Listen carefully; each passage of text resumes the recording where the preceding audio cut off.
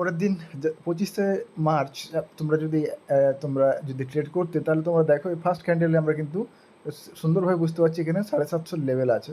750 level থেকে কিন্তু সুন্দরভাবে মার্কেট ডাউন ট্রেন্ডের দিকে আসতেছে।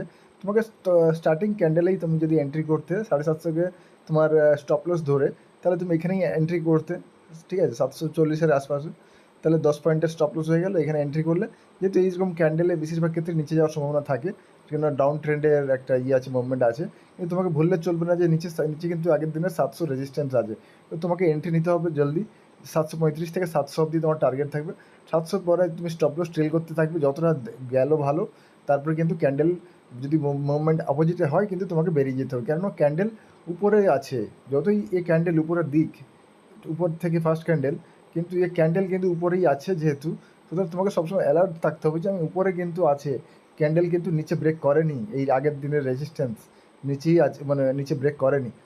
চেষ্টা করেছিল 3 নম্বর ক্যান্ডেল, এবং এখানে অনেকেই এন্ট্রি নিয়েছে এই ক্যান্ডেলটা যখন মুভমেন্ট করে। আর এখানে বোঝাই যাচ্ছে যে এখানে বড় প্লেয়াররা এখানে মানে এখানে তারা কিন্তু এখানে জয়েন করেছে এখানে, মানে তারা এখানে কিন্তু মানে তারা এখানে এন্ট্রি করেছে।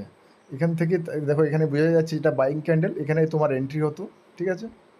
আর আমরা জানি যে প্রথমে উপরে এই ক্যান্ডেল মানে নিচে আসলে উপরে গিয়ে উপর থেকে নামবে, এটা আমরা জানি সবসময়। প্রথম ক্যান্ডেল দেখো এখানে উপরে থাকছে, উপরের নিচের দিকে ডাউন ট্রেন্ডের দিকে দেখাচ্ছে।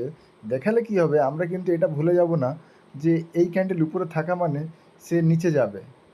এটা থাকা মানে ভাববো না যে নিচে যাবে। এখানে সামনে রেজিস্ট্যান্স আছে, সাপোর্ট রয়েছে স্ট্রং। এখান থেকে কিন্তু সে উপরেই যাবে, কারণ এর যদি নামার পাওয়ার থাকতো তাহলে সে নিচে প্রথম ক্যান্ডেলই নিচে চলে আসতো, এই নিচে এখানে এন্ট্রি মারতো। এখান থেকে উইক স্টার্ট হতো, স্টার্ট থেকে এখান থেকে এটা নিচে ক্লোজ করতো, তাহলে আমরা নিচে নিতাম। কিন্তু এখানে দেখো উপরেই রয়েছে, উপরে থাকা মানে সে কখনোই নিচে অত সহজে যাবে না।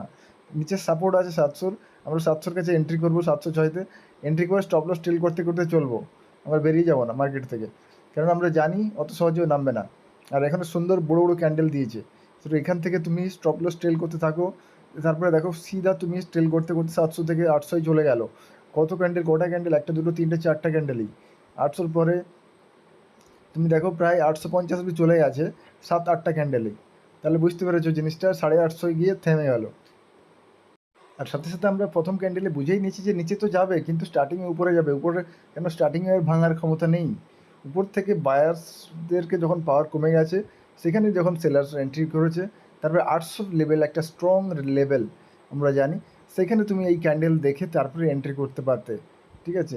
সুন্দরভাবে তোমাদের প্রায় 70 পয়েন্ট এই ক্যান্ডেলেই পেয়ে যেতে।